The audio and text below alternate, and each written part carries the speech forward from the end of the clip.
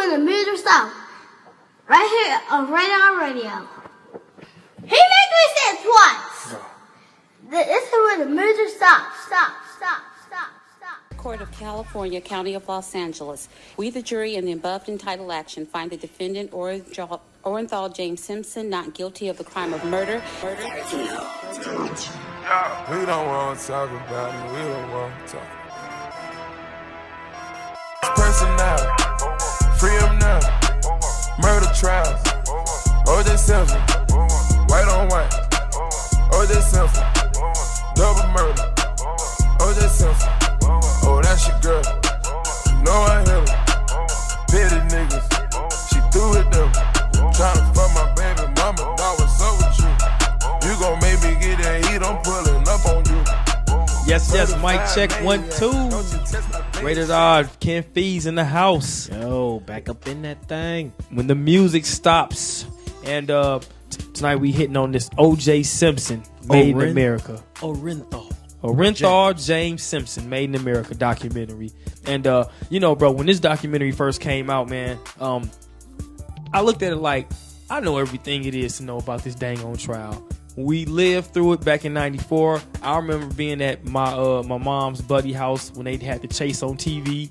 You know, when you thinking it's a parade and this man, OJ Simpson, going 2 miles an hour down the street so everybody can see him. And the juice was on the loose. And come to find out, this man was on the run from possibly committing a murder. So I thought, like, man, I remember the trial going on. I remember being a youngin', like, God, would they please stop showing this? You know what I'm saying? I want to watch get TV. Back to my normal program. Please. So I'm thinking I knew everything about what happened. I'm like, we already know he got acquitted.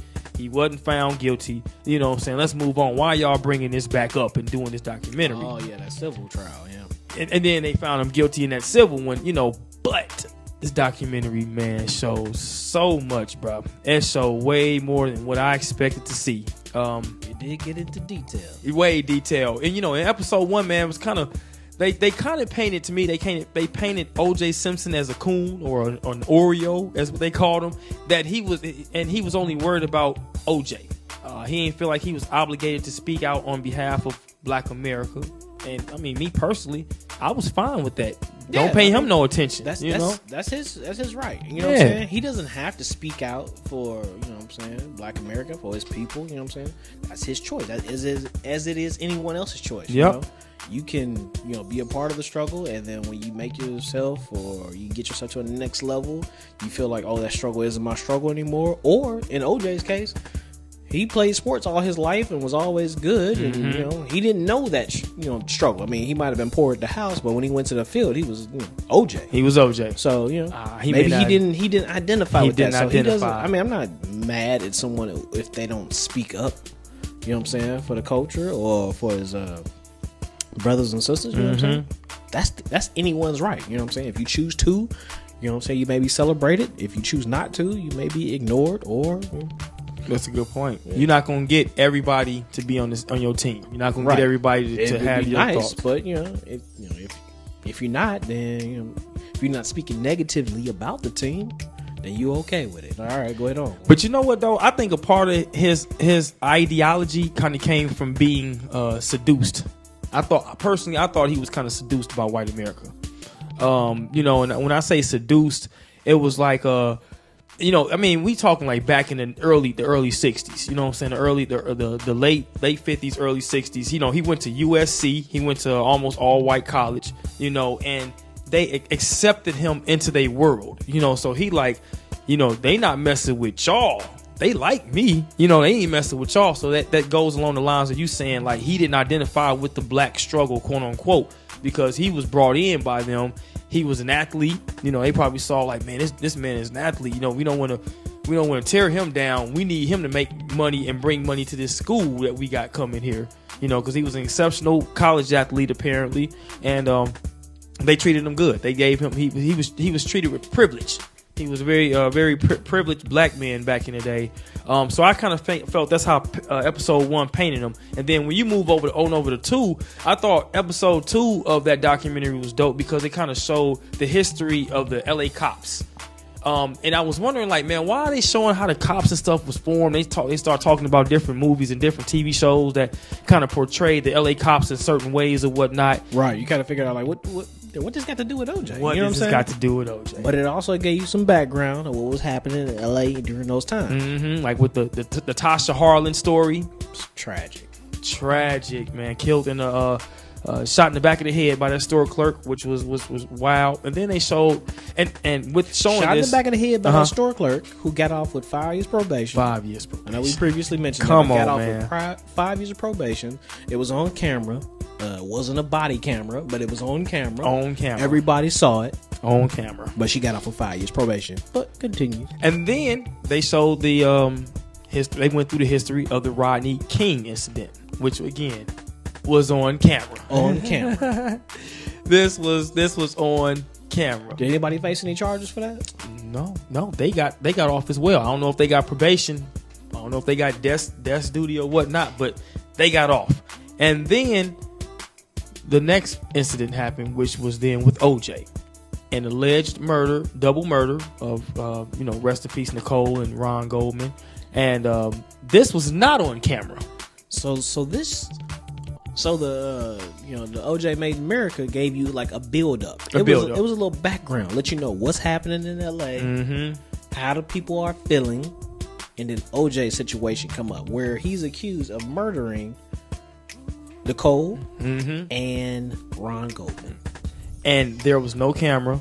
However, what question that struck me during this episode was, why was there no outrage over by the other team or white America? Why was there no outrage over the Korean lady or the officers not getting convicted of those horrific crimes? However, there was outrage over OJ when he committed that, and he pleaded guilty, and they didn't believe him. Not guilty. Exactly. He pleaded not guilty. Yeah, he pleaded not guilty. However, there was crazy outrage over that incident. They wanted OJ Simpson to fry, and episode 3 then leads to people being behind OJ. People were skeptical. See, all that information about the history of the cops leading up, when they were showing the battle rams and stuff, and how he was beating up and trashing people's cribs and setting folks up back in the day. All that led up to like episode 3, to where the people was really skeptical of the police because of previous actions. Right. So they just knew OJ had to have been set up. Right. Police, how they was formed. Then it led you to I think Latasha Harlan, how she was shot in the back of the head. She was walking away from the store clerk. And the store clerk got off with 5 years probation. 5 years. Crazy. Then they led you up to Rodney King being beat in the street. I mean, of course, what the video camera caught was Rodney pretty much in a in between a fetal position and trying to get up, being just like beaten, without mercy. Yeah, without merciless. Yeah. So, and you saw those cops get off. You know what I'm saying? And I think later on down the line, Rodney got him a settlement. Yeah, a few dollars. But, he got him a couple of dollars. But still, you see those incidents add up. You feeling some type of way. You're like, man. So the people like, hey, man, you know what? OJ need to get off then.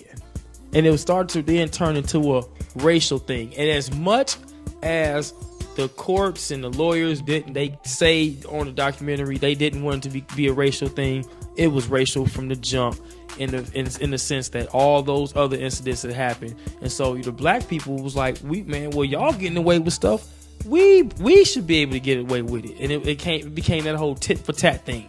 That was my understanding as I started watching this. And also in episode 3, man,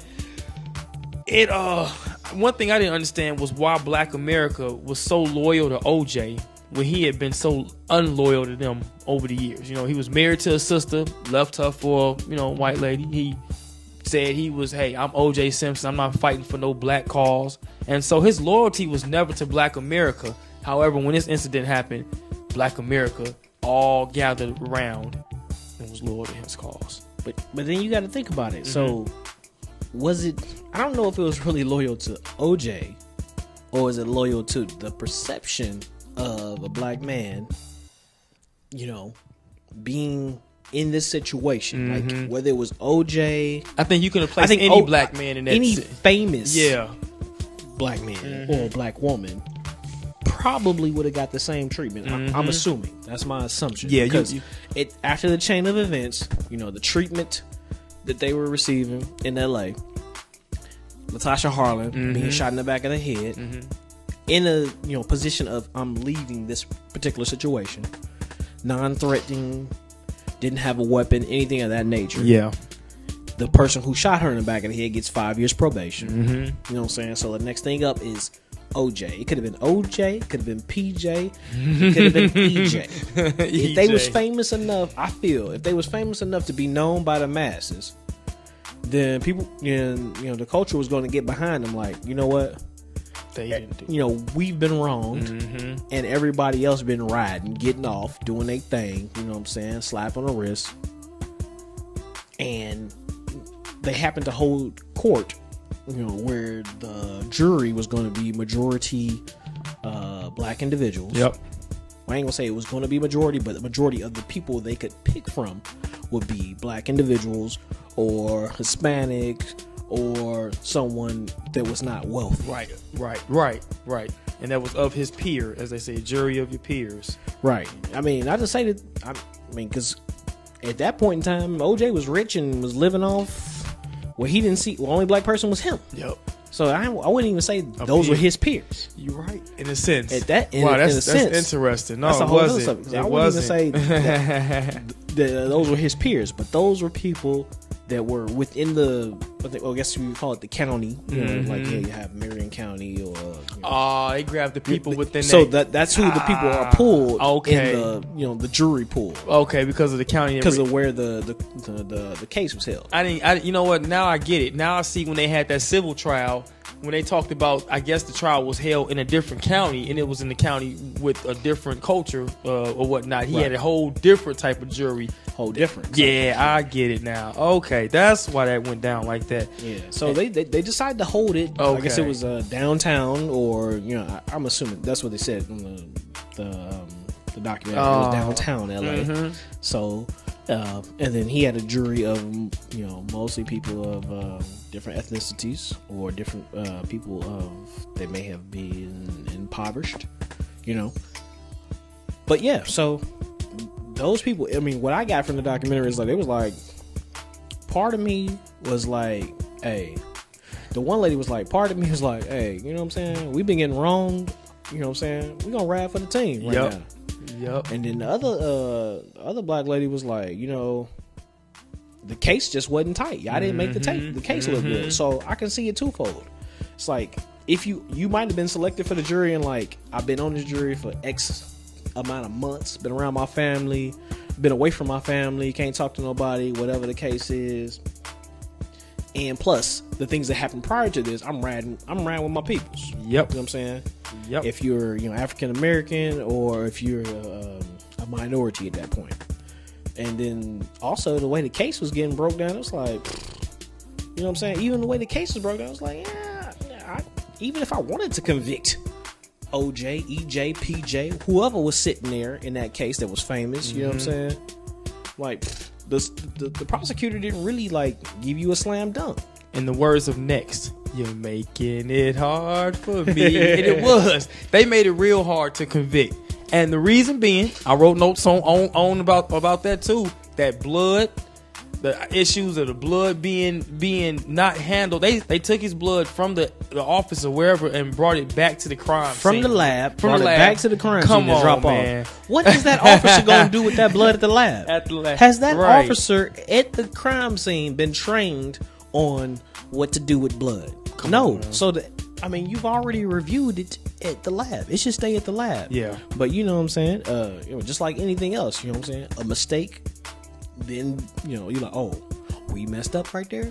We got to start doing X, Y, and Z. So that's probably, I ain't gonna say that was a start, but that's probably when people started, thinking about the chain of custody, documenting, keeping it X, Y, and Z. You know what I'm saying? Blood might be kept in a cooler now versus up in a manila envelope, up in a young, what's them things called? a desk, not even a desk. That wasn't the original thought I was thinking, but you know what I'm saying? Yeah. You know, you might think about where you holding off this evidence at. You ain't keeping it up in the backseat of your car while you're taking your kids to the playground. You know what I'm saying? Man. You checking that in, you signing papers off. That might have been the start of this, of the chain of custody. Like, all right, you're right. Start something new for him. Yeah. It's like, oh snap, I messed up right there. I didn't even know that was gonna be a problem. You know what I'm saying? The defense was ahead of the prosecution right there. Then the lawyers was trying to manipulate the jurors by taking him through OJ house, changing them pictures on the wall, making it seem as if he was pro-black. You know, I mean, because he is black. Just because he was, you know, considered an Oreo, that don't mean he wasn't an African American. But they tried to just really overdo it with the pictures and changing the pictures around the wall and having the jury walk through. I don't know what that had to do. Personally, I don't know what that had to do with anything. I mean, even before they went to that particular part of the documentary, when they were just showing pictures of OJ, like, you know, oh, OJ, you know, they were just showing pictures of OJ and his family. I didn't see no pictures of OJ and anyone else. Nope. But it seemed like it was Nicole, OJ, and Nicole's family. I'm like, well, damn, OJ, where your mom at? Moms can't come to the cookout? You ain't got no aunties? No aunties, no cousins? At some cookouts, you saw you never saw none of his people in those pictures. Even the people that was talking like, yeah, I'm good friends with OJ. We grew up with OJ. I didn't see Al. What's his name? I can't think of his last name. Yeah, AC, but I can't think of his technical, his full last name. But I didn't see AC in barely any of those photos. I'm like, damn. AC couldn't get no photo. Yeah, AC was you ashamed of putting your boys on the wall? AC was yesterday's Kodak. He was taking the photo. Hey, AC, can you get that photo, bro? There's only room for one of us up in there, bro. There's room for one. That flash ain't gonna get us all. Go ahead, AC. Go and take that photo. It's down his day ones, man. No photos with his day one. Him and Whispers. I know. What Whispers ain't can make no photos, man. None. Hey, man, shout out to Whispers, man. Whispers had he had like some of the most impactful stories. You know what I'm saying? When y'all check it out, if you ain't checked it out, you know, catch it on demand, ESPN, you know, all that good stuff. You got to. Whispers had the most impactful stories. Whispers would hit you with some stuff like, hey, OJ, you know they only mess with you because you play football. And was telling the truth. He was giving it to you at 100. He was giving him the straight truth, and OJ said, wasn't hearing that. OJ looked at me and laughed like, haha, but I am OJ. I was like, damn it, OJ. What's going on? And then some other damaging stuff that was painting the glove don't fit. You must have quit. And this man up there not taking his arthritis medicine caused his hand to swell. He got, you know, when you first saw Johnny Cochran do that, that was like the most famous line, and everybody like, oh man, Johnny killed it. All the while, this dude made his hand swell up. But the glove. But the question is, you know what I'm saying? You know what I'm saying? God bless the dead. Yeah. Did Johnny Cochran even know he was taking arthritis medicine? Did he know he wasn't taking it no more? You know what I'm saying? Because that conversation occurred between him and somebody. Him and his manager. Yeah, dude. He like, yeah, you know, so you should stop taking that medicine. Yeah. He's like, man, you know, that's gonna make my hands hurt. He like, you gotta swell up though. He like, a light went off. Light bulb went off, and then like, you know, you're right. I'm gonna stop taking this arthritis medicine. The last thing that really killed and just took it for a whole curveball turn was your boy Mark Furman, man. What you say? DJ Furman. DJ Furman. Mr. I plead the fifth. DJ Furman. He found the glove. Yeah. He was, I don't know if he was the lead detective or the lead, you know, police on this particular case, but it's like, all right, they painted that picture, you know, like, oh, you don't like anyone of any ethnicity, basically. They painted that picture of you. You were part of the lead recruits when the police was developed. Yep. So they painted that picture of you, and they're like, oh, so if you don't like black people, Hispanic people, or anyone else of any other different ethnicity, or interracial dating, right? You had a problem with interracial dating. You have a problem with all of that. Why wouldn't you plant this evidence? Boom. So why wouldn't you plant this evidence? Then we go to the OJ. Can you try on this glove? Yep. The glove don't fit. So it's like, man, fam, you might have planted that evidence. Yep. So it's too much for the jury, like you said. You're making it hard for me. You're making it hard, like, yeah. The jury might have came in like, yeah, OJ did it. But after all that played out, you're like, nah, bro, I can't even if I still believe OJ did it, you didn't prove your case. I can't just give you a slam dunk. I ain't gonna alley-oop this to you. You didn't even do your job. You just felt like you had it. But Mark Furman messed up the prosecution. Your man Darden on the Darden was crying. He was upset. He was upset. They told him not to do that glove thing. They said, don't do it. Well, first of all, they put him on the team because they're like, hey, we need somebody of color. That ain't what they told him. But they're like, yeah, would you be interested? He's like, man. He was supposed to see through that like, nah, fam, I'm good. That's on you over there. I rock with Johnny. Yep. Like, I'm cool. You know what I'm saying? He took it as a chance to take his shot. He's like, I'm about to get out the basement on this research. Yeah, whatever he was doing before. Like, maybe I can get me a honorary jersey from the other team. You know what I'm saying? So I take on this case, and then I can picture it. By episode 5, it had been 266 nights, 8 months. This trial had been going on 8 months, and the jury deliberated that morning. They was done in like, 15, 20 minutes? Like, hey, man, not guilty. Hey, man, you can put me in a meeting for 8 hours. I'm going to tell you right now. Before, I've checked out. I've made my decision. I ain't working on it. But the one lady, she had a valid point. They're real like, valid. How can you come back in such short time and have a decision? She's like, how long you say it was? Right. 266 days. Mm-hmm. Like, it was 265 nights. Mm-hmm. Each night I went to sleep, or I went back to my room. I couldn't have no people I could reach out to or nothing. I went over the case. I thought about what happened. I made checks and balances on that day. Yep. You add next day to it. I'm not waiting all the way to the end. Because when I get to 265, I done forgot 199 of those days. I ain't got time for that. Mm-hmm. I gotta make a mental note each day. Like boom, boom, boom, boom. If day 55 knocks out day 1 through day 54, then that happens. But I gotta keep checks and balances on each day. Yep. I like that little old lady too. She was ready to get up out of there. They was ready to get home. Hey, and that part reminded me of that episode of Martin when he was trying to get back home to Gina. And she was ovulating, and he was like, "Look, y'all, let's just get home." And Cole kept voting the different. Cole was trying to get the meal plans. Trying to get him a steak, the Holiday Inn. And I just feel like at that point, the table had turned for white America. And I also felt like the jury voting guilty was just a payback for the Rodney King verdict. It was a payback for Tasha Harlins and all the other injustices that were done to the African American community. Even the lady on the show, she I don't want to directly say what she said, but I got the implication that she was like, basically, like, y'all been riding, y'all been getting away with things. Whether I felt he was guilty or not, I was going with him. Regardless. And then the other black lady, you know what I'm saying, that they interviewed, she was like, I came in open-minded, basically, but y'all didn't really prove your case. Yeah, the younger one. So definitely, I'm not going to just be giving you a slam dunk. You know what I'm saying? So, yeah. And it was almost like, man, when he won, it was like the crowd erupted. Like it was a moral victory for blacks for 400 years of racism. That's how I felt when they were like cheering, like, yes. I just felt like at that point, like you said earlier, you could have placed Tom, Dick, or Harry in O.J. Simpson's spot, famous, and they would have to been famous, and they would have rolled for him. It was just overall just a moral victory. That time of events, yeah, for us, man. And everything finally worked in favor for the blacks, and after that they showed O.J. he was no longer. He realized what color he was then. He realized. I think he realized what color in the documentary. He realized what color.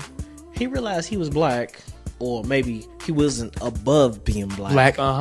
When he saw the jury, he said, "Oh, yeah." When he looked around and counted, I think they want to say it was it 8? I want to say it was 8 African American women. Yeah, you're right. But it might have been some African American men that was a part of that jury too. He realized at that point, like, these are people that hold my fate in their hands. Yes. So at that point, even later on, he did some interviews like, you know what I'm saying? Like, I really wasn't in touch. X, Y, and Z. You know what I'm saying? So that really brought me back. But I'm gonna say this. You know what I'm saying? The team he thought he was a part of wasn't rocking with him no more. He tried to placate back to the home team. He like, oh, you know what I'm saying? I was tripping. I was wilding. You know what I'm saying? I realize now X, Y, and Z. Whatever the case is. and he was going around to the churches and whatever, wanting people to get behind him. You know, just kind of like give him some love. So, what I realized is that at that point, even as a young man, as a young boy, I wasn't no young man at that point. This was way back. As a young boy, I knew. I said, OJ beat that trial? I said, oh, he better not ever. He better not ever come back to the court for nothing. He better not need a ticket, expunged or cleared. He better not need to come back to the court for nothing. No, he better not be nobody's witness at the court. He better not be at the court for nothing at all. Unless he started taking up law and he's somebody's lawyer. Yep. He shouldn't be at the court. Yep. He better not spit on the ground. He better not commit not one act of violence. Stay like, man, you escaped. Like, bro, you supposed to go to Abu Dhabi before it became Abu Dhabi. Yes, dog. He was. Excuse me. Not Abu Dhabi. I meant Dubai. All off track. He's supposed to go to Dubai before it became Dubai and just be over there just chilling. Like, nah, I ain't never coming back. I didn't beat the trial. Ain't no way. I know if they catch me, it's over. I know. There's no way. What he out there doing? Trying to steal back some memorabilia, man. I could not believe it. And it was just whack, man, how them dudes was talking about how they wouldn't ride for him. Initially they enjoyed the perks. You know, he had the one black dude with the gun permit. You know, he enjoyed the perks that were hanging out with OJ and all that. But when it was time to ride for OJ and ride with him and whatnot, he like, man, I'll ride with you, but I ain't riding for you. And he wound up, they all turned, snitched on him or whatever and did what they had to do. And they gave OJ Simpson 33 years for the $33 million that he owed. That was a great connection they made. I like that lawyer, man. He was funny. 33 years for the $33 million he was supposed to pay the Goldman family. And wasn't it like a year and date to that? It was like he had got arrested and he got convicted a whole 10 years later. It was like that. To the date. Yeah, he got convicted. I was like, come on, bro. man. But yeah, the cat who put him on to that lick of getting his memorabilia back, set him up, videotaped it. He said he got everything. Now maybe dude said he had everything. That could be possible. But why tape the conversation in the room? Yep. He didn't tape the conversation in the room. Got the conversation back, sold it to TMZ, made 150 bands off of it. I think that was the number. Yep, 150. Yep. 150 bands. He got his money off of it. Yep. Of course, the courts probably subpoenaed TMZ, like, let me get that tape. Or just got it up off the internet. Yep. Like, OJ, we got you right here talking about can't nobody leave. That's kidnapping. That's kidnap. Got him. 15 years. I mean, man, when she was standing there reading him the months, 48 months for attempted kidnapping, 12 months for, I'm like, lady, just say how many years he got, man. Just drop it on. I was like, but they wanted to torture him with reading all them charges, telling him he was guilty, throwing them months on it. I mean, torture. You just saw his face getting fatter and fatter and older as those charges was going. Like my man on the show said, he said, it's the fifth quarter. You may win the game. He was talking about his home home football team back in school. He's like, you may win the game. Yeah, but you got to get to the bus. And we gonna fight. It's gonna be a fifth quarter. You got to win that fifth quarter. And he lost, man. He lost. I like that lawyer, man. I got to have him on the show, man, to talk about the case. That was catching L's, man. And Fees, you made a good point. Last time we discussed this, you made a great point about why would they bring all this back up again? Why they having these documentaries? Why they having these movies, Made in America and all that good stuff? And I thought the movie, the made for TV movie was okay. That was one thing, but then they came out. The dude who did the documentary said he didn't even know they were making that movie. He just did this documentary, and so I found that interesting. Kind of seemed like overkill, but I guess if he didn't know, he didn't know. Yeah, he said he claimed he didn't know, and then so by the time he was finished, it's like, oh well, they got their movie coming out. I'm still dropping my 30 for 30 documentary, but did you say OJ is up for parole next year? I think so. I think he's up for parole next year. And just in case any of you young parole members It might have been before your time. Maybe your parents didn't know nothing about it. You probably can't talk about who you going to talk to about parole. Might not even be familiar with OJ. Just as Marsha Clark, she said she wasn't familiar. It's like, I don't know OJ. Like, he's a has-been. Yeah, she didn't know he still held weight. Yeah, a lot of weight. But But so it's just like, they probably just hitting that memory button. Hey, don't forget. I know he up in there for trying to steal some memorabilia back, but he got away with that murder. Yep, they pulled the Roy Jones Jr. card on him. Y'all must have forgot. Oh man, y'all must have forgot. He got away, but we can't let him get away this time. So I really think it's a wrap for him getting out. They gonna re-review that doc. I mean, I'm sure everybody has seen this documentary now. Everybody has seen it because it's been pumped pretty hard. I mean, if you didn't see the first one, it was I think it was like a 10-episode joint. Yeah, the movie, the little made-for-TV. The made-for-TV movie. If you didn't see that, you're like, I missed some of that. Then the ESPN joint came out, like, boom. We're going to give it to you short and sweet in 5 episodes. It's like, okay. Whoa. In depth, man. They went back to this man's childhood. That's why I almost didn't watch it. Because I'm like, well, we know about the trial, but it was the fact that they went back to his childhood and just to help explain how he was, who he was. I thought that was dope. That was the best thing about the documentary. Not really so much as the trial, but just that. And then I think their whole, to me, and if you notice, man, when I was watching the documentary, all his boys, not Whispers and AC, but the other people who was his friends when he became who he was, all of them started to believe he did it. And it was almost like they was dropping little hints and stuff that he was saying and how ways that they felt to suggest that he did it. It's like, man, hey y'all, I believe he did it. And these were the closest people to him. So it's like, if they started to believe he did it, he got caught with that civil trial and they believe he did it. Yeah, when it's time to get out of jail, they're going to be like, y'all know he killed the code, right? Basically. You know what I'm saying? They're going to reconfirm, like, no, you can come back in 5 years. We'll think about it again. We'll think about it, but till then. You know what I'm saying? So it's just like, them was your homies. I mean, I feel like, I don't know if it's a code or anything that I'm thinking about, but I feel like, you know what I'm saying, if that was your homie, then you shouldn't even be on the documentary talking about something. I think he did it. Yeah. You should just be like, nah, I ain't speaking on it. But when you was with OJ, you was riding high. You probably was getting, some fame and some notoriety, maybe some chippers, you know what I'm saying, from OJ.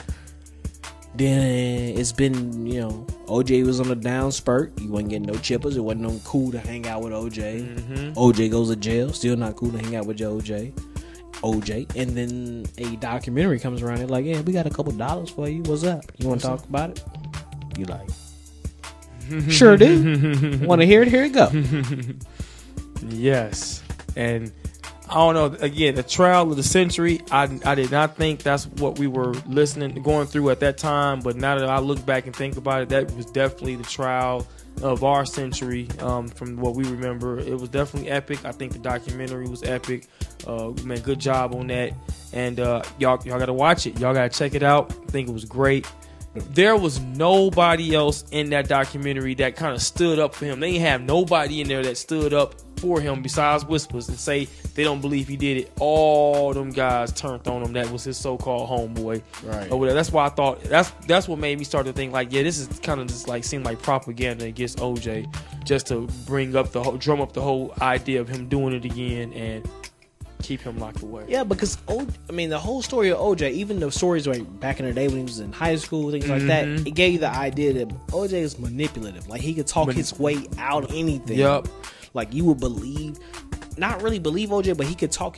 I guess believe him because you could talk his way out of anything. But it didn't give me the idea like OJ was violent. Like he would do the stuff. Yeah. That you saw that occurred with Cole Brown and Ron Goldman. You wouldn't have thought like, I didn't get that picture. I didn't get that he could do that. I mean, the evidence mounted like, probably was you, bro.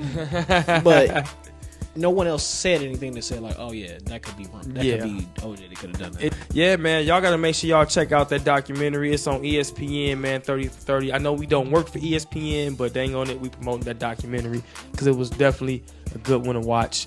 I would suggest it to anybody who may have questions about that time. And just more importantly, though, I mean, what happened to Latasha Heyman? Latasha Harlan. I mean, I wasn't even familiar with that story. Yeah. You know what I'm saying? In that time, I guess I wasn't born, and of course, it probably didn't make it 20, 30 years later. You know what I'm saying? Yeah. But just to get that information, like, God, that was interesting. That was. It puts today's violence in perspective. And as we put that into perspective, ladies and gentlemen, I want y'all to sit back and feast on that food for thought of what we thought about the O.J. Simpson documentary Made in America. And we'll be right back right here on Rated R Radio. Stops. When the music stops.